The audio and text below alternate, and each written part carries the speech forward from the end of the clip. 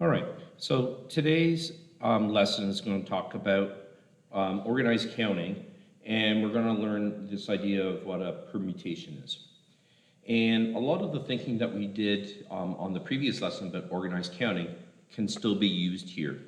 And we're going to understand how the property of permutations can be used to make the final calculation easier to calculate. So a lot of the thinking we did before is going to be the same, but when we go to our calculator, we're going to be able to calculate those things. And one of the first things that we're going to look for on our calculator is this button N with an exponent or an exclamation mark. And the other button we're going to talk about is this button of NPR. And one of those things that we look at is figuring out where those things are on your calculator. So if I'm looking at this calculator here, I'm going to zoom in a little bit. All right, there's my NPR button there, and my factorial buttons there. So some people may have to do shift. So if I was doing 10 factorial, I might have to hit shift to activate that. And on different calculators, they'll be in different spots. If you can't find it today, don't worry about it, we can find that later. And if you're using decimals on your calculator, one of the things here is under the functions button.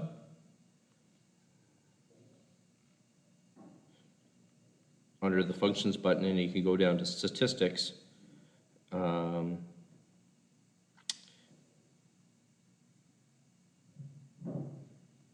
there it is at the bottom, number theory. So you have NPR and NCR. And if you were doing, if I was doing 10 factorial, there, and it works there as well. So those are the things we're going to take a look at today. If you can't find it on your calculator, you're still going to be able to get these answers. So what I would like you to do is take 3 or 4 minutes, try these 2 questions on your own, and then check in with afterwards for the answers. So hit pause, try these 2 on your own. So if I was thinking about this first question, the things I have to think about is how many people to start with. So here, if I look at this, I have 5 people to start, and I have 5 spots. And what we looked at yesterday is the idea there is I can do 5, and then it reduces by 1 each step, right? Because we can't reuse people. So that's what it reduces down. And since this is happening at the same time, like a picture, right, are all happening at the same time, 120 would be the way of getting answered by multiplying. Second one works the same way, all right? In the second one, I have 10 people instead of 5 people, but I still have 5 spots. So when I'm looking at that, I can say 10 people have to be in the first spot, then 9, then 8, and then 7, and 6. All right, and I can multiply that out. So the learning that we're going to look at today, this thinking is still going to hold true, but is there a simpler way of putting this information in our calculator? So that's what you're going to kind of learn through the next set of learning. And the way that looks is what's called a factorial. And as I just said at the beginning of the video, n factorial is a button that's on your calculator. So that function's being built in. And what that is basically, it's the product of consecutive integers we use to write expressions more easily. So the idea there is, if I have n factorial, right, the number of whatever I start with, say if it was 8, all right, it decreases each time, all right, and it always stops at 1, because that's something that happens quite often in number theory, the idea of n factorial. If you took grade 12 advanced functions, you will have seen that in there as well, and that's used the same way. So one of the things we look at that is, if I was looking at 4 factorial, okay, that's pretty easy. I know that that is that, all right? And I can go to my calculator, and I can just go 4 factorial, and it gets me the answer, okay? So this and this part are the same, okay? Same thing with this, right? I keep doing this, all right? All right? And if you do that, if you do the short form or the long form, they're both will give you the same answer. Okay? So you can, if you notice this as the expanded out, I can put that 8 factorial in to get the answer. The difficulty is sometimes that this part gets a little bit crazier. All right, so if I look at this, I have 10 factorial. I know that that is 10 times 9 times 8 times 7 times 6 times 5 times 4 times 3 times 2 times 1.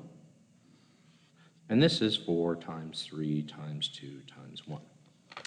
Now, you're going to say, well, why am I doing this?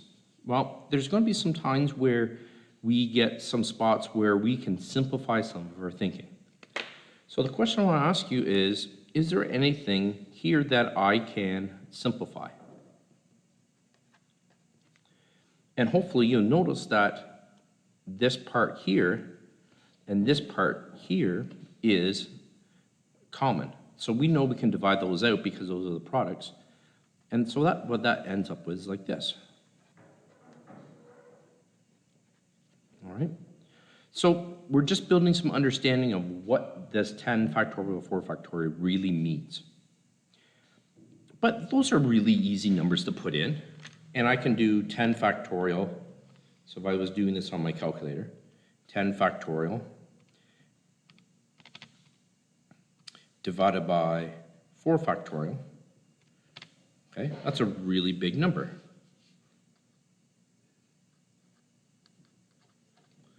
Okay, but hopefully if I just took this part, I also will get 10 times 9 times 8 times 7 times 6 times 5. Oh, I get the same answer. So keep that in mind. Okay? So we're just building some awareness of this. So don't fret about this yet. Now, this idea will still work when I have bigger numbers. So if I try to put 88 factorial in my calculator, I get a math error. Well, what that math error is saying is that 88 factorial is a number that's way too big for this calculator process. And if I did this on Desmos on a cell phone, it probably could process it. But what I can do is I can do the same thinking as I did in part C there. What I can do is I can rewrite 88 factorial as 88 times 87 times 86 times 85 times 84 times 83 times 82 times 81 times, and I'm going to leave this as 80 factorial because that would go all the way to the end. Well, if I look at this, the bottom is still 80 factorial. Simplify. So what I'm left with is the product of those numbers. Okay? So I'm not saying that we have to be able to do the mathematics behind this. So what I'm doing is just multiplying those numbers out. Okay? That's a really big number. All right? So what that means, scientific notation, there is 15 zeros afterwards. So there's a lot of options. So this is just building a concept for why factorials work. I'm not saying we have to be assessed on this, but we're just building some knowledge on that. So this is the stuff that we should feel good after we finish this lesson. So, if I was looking at these examples, I've got 8 swimmers in the race. How many different orders would be? Well, the learning from before, I would say that there's 8 swimmers and there's 8 spots. And what that would look like is this. 1, 2, 3, 4, 5, 6, 7, 8. There's 8 spots. 5 times 4 times 3 times 2 times 1. And before, we would actually type that in. But you notice that this is 8 factorial. That represents 8 factorial. So what I can do is I can go to my calculator now and just do 8 factorial. So it just makes the finding the answer really easy. So I know that that is 40320. So show this and then see if you can simplify it. All right, to something that's a little bit easier to put in your calculator. Okay, showing this is the baseline to help you understand the solve. So what I would like you to do is push pause, see if you can do the same thing with 3 that you did with 2. Go ahead, push pause, give it a go. All right, so we've pushed pause, and we tried it. So the first thing I should have thought of is there's 6 letters, and we're arranging all of them, so we have 6 spots. So I put 6 spots, put in the numbers. They're decreasing all the time because there's no repetition. So those are the letters I'm allowed to use. All right, and then I notice that that is 6 factorial. And then I can go to my calculator to get that answer. That's kind of the basis that we're trying to show here. All right, so there you go. There's 720 different arrangements using A, B, C, D, E, F. Okay, so hopefully that kind of makes sense. All right. So that was the first thing. So now what we're going to look at is what's called a permutation. And a permutation looks at n distinct items for r positions. So kind of similar to what we were looking at before is sometimes we have more items to place. And what we can do is we can actually put that expression into our calculator, and we're going to show you that in a minute, and we're going to show you why that works. Okay, and what do I need to show? And what this does is, if I expand this out, you'll end up having a different quantity. Okay, and I'll show you that in question here. So if I was looking at this first question here, I have first, second, and third place prizes for 8 swimmers. So my thinking is still the same. All right, I have 8 swimmers, but I only have 3 spots. Okay, so if I was doing it kind of the long way, it would be this: 8 times 7 times 6, because we start off with 8 ways of putting the first person there, 7 ways for the second spot, because one person's already got first place, and then 6 places for the third spot. So I can do that on my calculator. 8 times, all right, so that answer is 336. Okay, now another way of thinking about this, and this question is very straightforward, we can do this all the time, is going back to our definition here. I have n swimmers, so this would be my value of n, 8, and I have 3 spots. So what I can do is, another way of looking at this is that this is 8p3.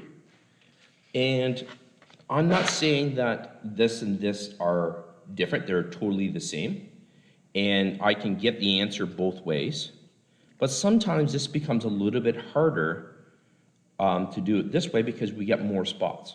So sometimes this will make our thinking a little bit easier. So on my calculator, I can find my permutation button. So if I look at this, all right, and I'll show you on calculator there, NPR. So for me is 8P, so I had to do shift to do that, and 3, I still get the same answer. If I was doing it with Desmos, all right, I can do function, go down to the bottom, all right, and this one is just 8, 3. I'll zoom in on that. So that and that and that are all the same. Okay. So the question is, what is the key thinking? Well, the key thing is to identify how many spots work. Okay. So I can do the same thing here for the Daytona 500. I got 45 cars that want to qualify, and there's 40 spots. All right, and the order matters. All right. But the hardest part is writing out all those things. All right. Well, if I have 45 spots or 45 cars and I have 40 spots, that gets me my answer. And it's as simple as that. So I can, on my calculator, I can do 45P 40, and of course that's going to be really huge. All right, so 9.97 times 10 to the 53 different orders. Okay, so that's kind of where that works. Okay. So there's a lot of limitations that go with this. All right. So here, how many permutations of letters A, B, C, D, and E are possible for groups 2 or 3? So we have to go back to our counting thing. On here, I have the word or. So we have 2 scenarios. We have I have line of 2 items or the line of 3 items. But I know that I have how many letters? 5 letters. So I can look at that and I say to myself, 5 letters, I can think of it like this, but I only have 2 spots, so 5 times 4. Or I can think of it as 5P2 because I have 2 spots for my group of 5. Both of those will get my answer. Line of 3, 5 times 4 times 3. Or I can think of it as 5P3. Both of them will give me my same answer. All right.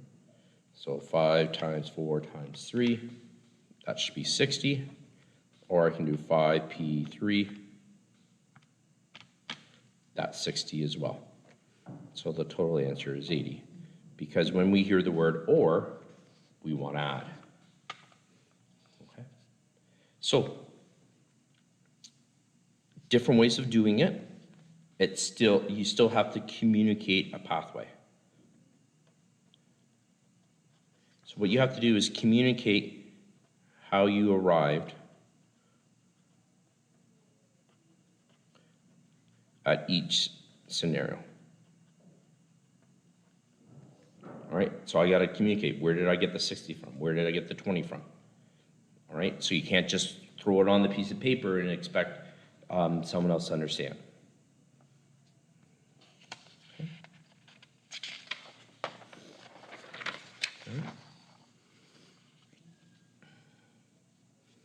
All right, so you guys now have the best idea of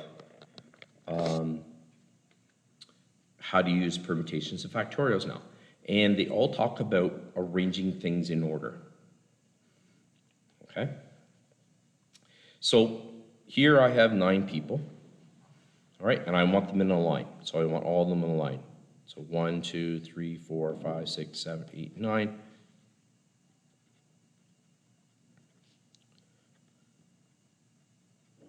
All right?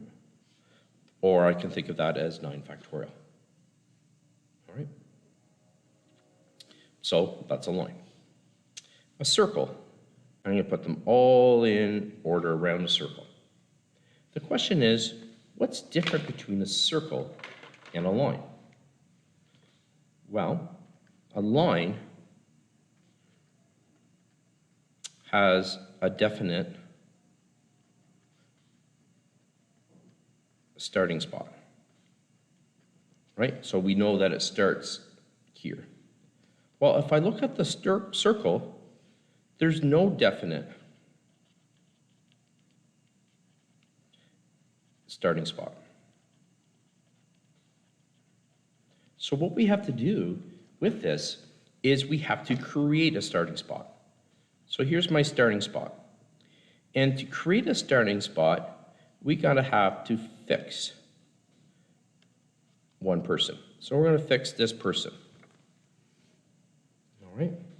So the question now is, how many other people do we need to arrange? Well, we're going to arrange the 8 others.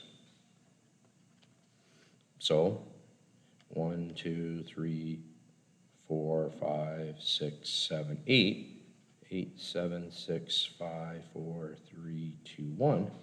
Well, arranging those ones there is now a factorial. So that's the difference between a circle and a line. A line has a definite starting spot. A circle, we have to create a definite starting spot. Okay. Some other restrictions that come into play here. I've got 2 people. All right. So I have 9 total people. I've got 9 total people. And out of the 9 people, we want Kirsten and Peter standing side by side. So one way of dealing with restrictions is deal with the restrictions first.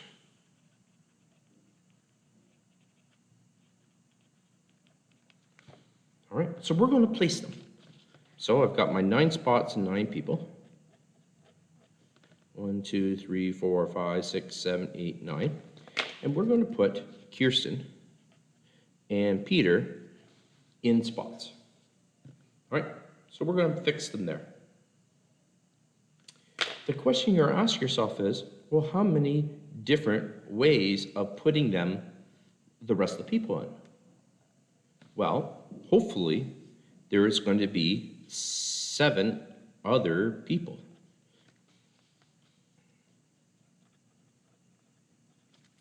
So what I can do is 7 times 6 times 5 times 4 times 3 times 2 times 1. So we know that this part here is going to be 7 factorial. The question is now, does it matter if Kirsten's here and Peter's there? No, it doesn't. So we're going to have a 2 factorial there. So the order, so we can switch their places. So they can be in my little bubble. So they're kind of like joined at the hip, right? They're all together. The other thing you have to ask yourself is Kirsten and Peter always on the left side? Well, they could be here, they could be here, or here, or here, or here, or here, or here. So they actually become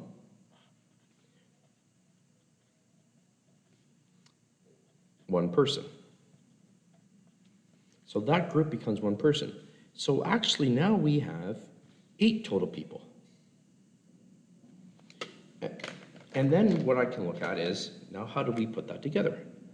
Well, if I put this together and this together, all right, we've got multiplication. So now I can think of this as 2 factorial times 8 factorial. Just because they're become one person, they could be in any other spot. And we can move them around.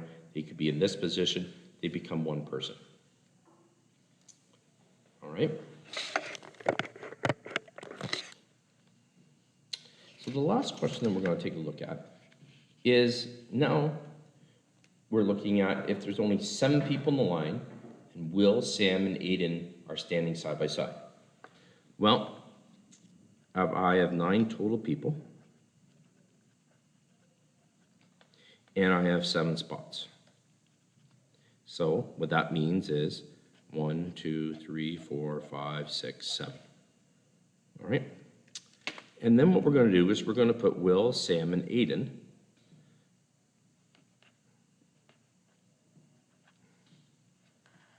in their little books. All right?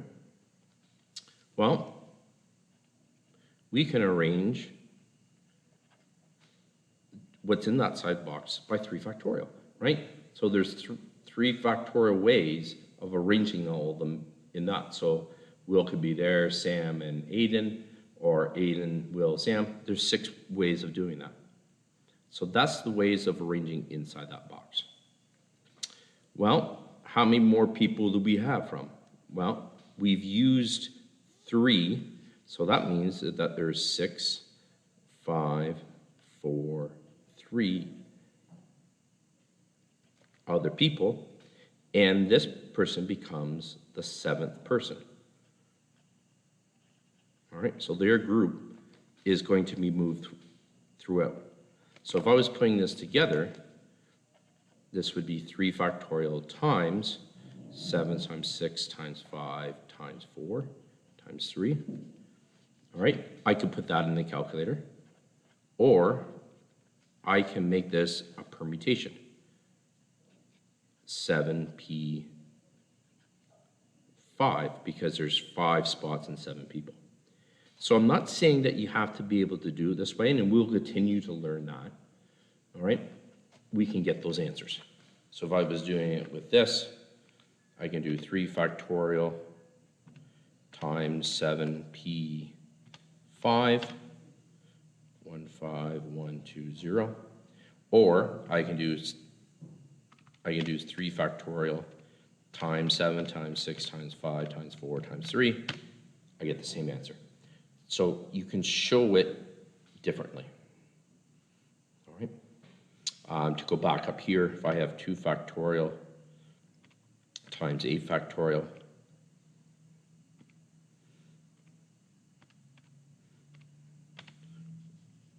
this one was 8640. Okay, so I know we will continue to learn these ideas, but hopefully what we've learned in the learning today is we've understand the idea of permutations. So the idea there is, if I was looking at n factorial, we know what that looks like. We know what NPR, and we know what that looks like. All right? And we're starting to understand how to apply the property of permutations for our accounting principles. So keep that in mind as you're learning some of these things, and we will continue to learn as we move forward. Take care.